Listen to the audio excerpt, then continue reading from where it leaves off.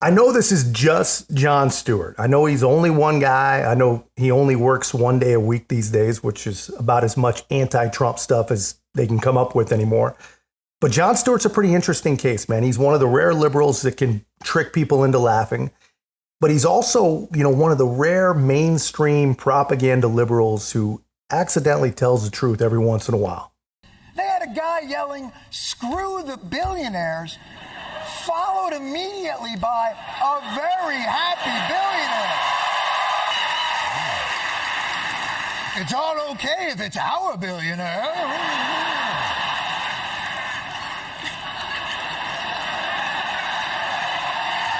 I don't like billionaires, but he's all right. You got to hand it to him.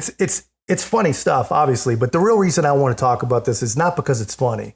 These guys are more than just comedians. Him, Bill Maher, they're not just comedians. These guys are like the pop-off valve on a turbocharged motor. Whenever there's too much pressure in the system, these guys blow. These guys are the valve. Whenever there's something that more than a few liberals, with working brains start to question things, these guys, they minimize them with lame jokes. Their job appears to me is to keep the machine on track. An important part of tonight was familiarizing people with the Democratic nominee's biography, a hallowed walk through the trials and tribulations that formed the ethos and spirit of the Democratic nominee. Because up until tonight, Vice President Harris came and visited my restaurant.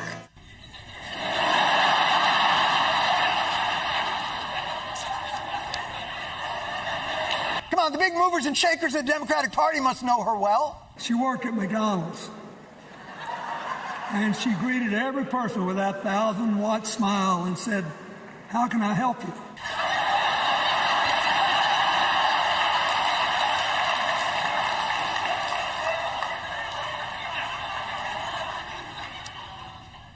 I think you have to say that when you work at McDonald's. Are there less professional, more personal stories? My phone rings. It's Kamala Harris. She called me. My phone rang again, and it was Vice President Kamala Harris. If you're lucky enough to be her friend, she calls you on her birthday. Wait.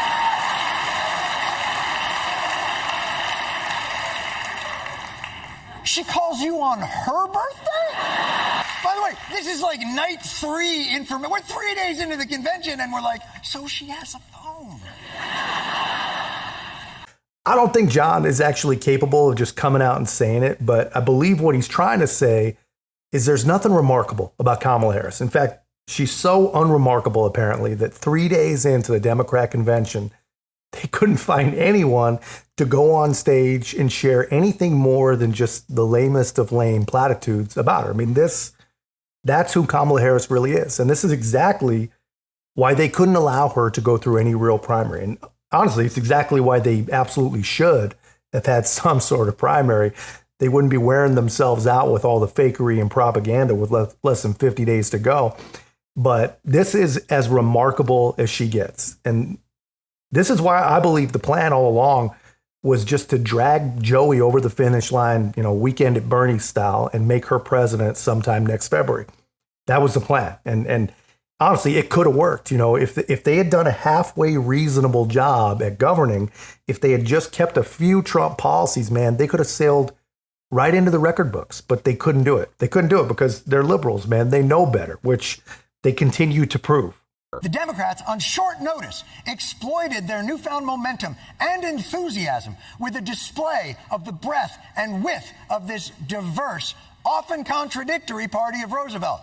At their convention, they had union leaders and CEOs. They had guys making fun of people for going to Yale and a bunch of people who went to Yale.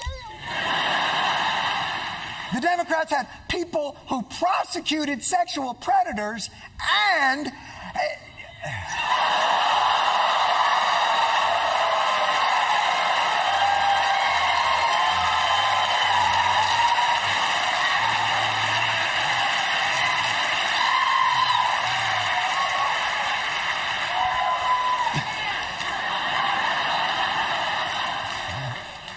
There goes that booking.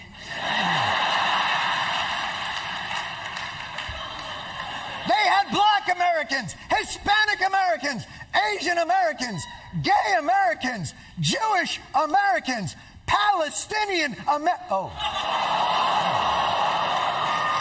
Well, to be fair, it was only 4 nights, 8 hours a night. That might be the best part. I mean, Stewart took a lot of heat for addressing the giant old white male elephant in the room that is Bill Clinton, right? But honestly, I don't understand why. You know, Bill Clinton, he was a disgrace as president, and he's a disgrace now. And the only reason that the Democrat Party keeps him or his evil wife around is to trot him out in moments just like this and try to exploit the few people still out there who identify as Democrats, but haven't yet figured out that their party has become the party of corporatists and complete and total radicals, right? Which is amazing. I mean, those people exist. I can't imagine there's that many of them still around. I mean, people have to get it, right? But whatever. The few that do exist, they love Bill, right? And as far as his point about no Palestinian speakers, man, I didn't even notice that. That's a great point. And I'm surprised they weren't forced to let a Jayapal or a Rashida Tlaib speak. You know, that would have been interesting for sure. But instead of any of the true believers from the squad, we just got more childless cat lady garbage. That having a chance when you had none is exhilarating. And the Democrats were hitting all the right notes. The cameraman? Not so much. And if the place happens to belong to a childless cat lady,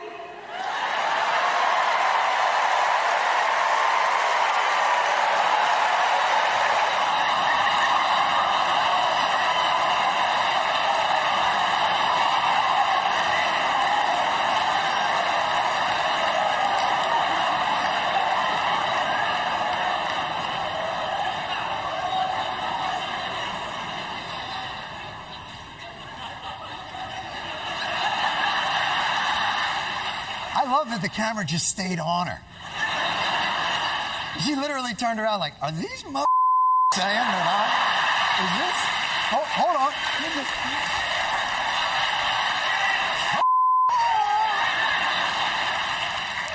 Here's the crazy part. After this cutaway, the woman was interviewed. She is childless and has 2 cats. That's actually pretty damn funny, man. And he wasn't joking, man. They did interview that woman, and she is indeed a childless cat lady, which, I mean, I don't know. Make of that what you will. I think we've basically heard the last of all the goofy cat lady stuff. It didn't work, man. It's too hollow. It's too lame. It's not a real issue, which, of course, is exactly why it exists in the first place. It's the perfect noise to keep dim leftists busy, which, I mean, if you believe Jon Stewart, seems to be the exact same approach they took to the entire Democrat convention. But remarkable stuff, man. And here's the interesting thing about their convention. There's been no polling bump. And if you look at what's happening in Minnesota, Kamala Harris is actually polling 5 points less in Minnesota after choosing their governor as her running mate. Obviously, they know something about him in Minnesota. But anyway, that's all I got, guys. Let me know your thoughts in the comments. If you haven't already, be a part of our growth. Make sure to like, comment, subscribe. Most importantly, share the channel. I'll see you in the next one.